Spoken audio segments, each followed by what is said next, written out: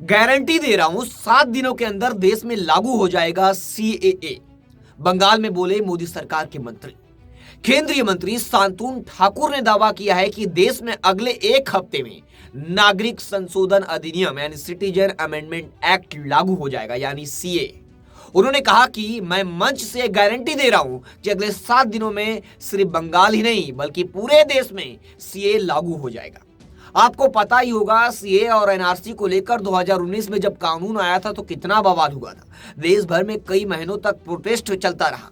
उत्तर प्रदेश से लेकर तमिलनाडु से लेकर हर राज्य में भारी विरोध प्रदर्शन हुआ था इस कानून को लेकर। लेकिन अब मोदी सरकार एक्शन मोड में है।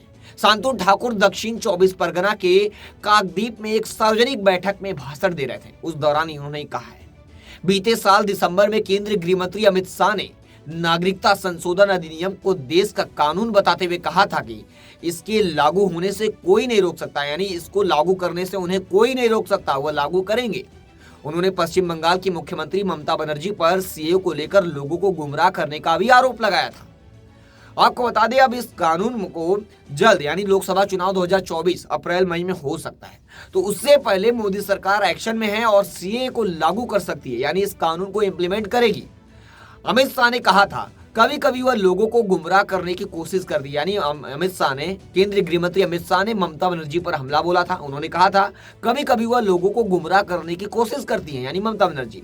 देश में सीए लागू होगा या नहीं इस पर मैं स्पष्ट करना चाहता हूं कि सीए देश का कानून है और कोई भी इसको लागू करने से रोक नहीं सकता है। यह हमारी पार्टी की प्रतिबद्धता है। ये केंद्रीय गृह मंत्री अमित शाह का कहना है कि उन्हें लागू करने से कोई नहीं रोक सकता।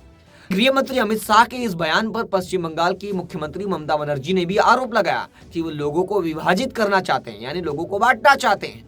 उन्होंने कहा पहले नागरिकता कार्ड जिला मजिस्ट्रेटों की जिम्मेदारी थी, लेकिन अब इसे केवल राजनीति के लिए छीन लिया गया है। ये ममता बनर्जी का कहना है। इस पर आपकी क्या राय है कमेंट करके जरूर बताएं। आपको बता दें उन्होंने आगे कहा कि वो लोगों को विभाजित करना चाहते हैं, वे इसे नागरिकता यानी किसी को देना चाहते हैं और दूसरे को यानी इससे वंचित करना चाहते हैं, यानी किसी को देना चाहते हैं और दूसरों को इससे वंचित करना चाहते हैं। यदि किसी समुदाय को नागरिकता मिल रही है तो दूसरे समुदाय को भी मिलनी चाहिए। ये भेदभाव क्यों? ममता बनर्जी का ये बयान है। ये भेदभाव गलत है, उन्होंने कहा।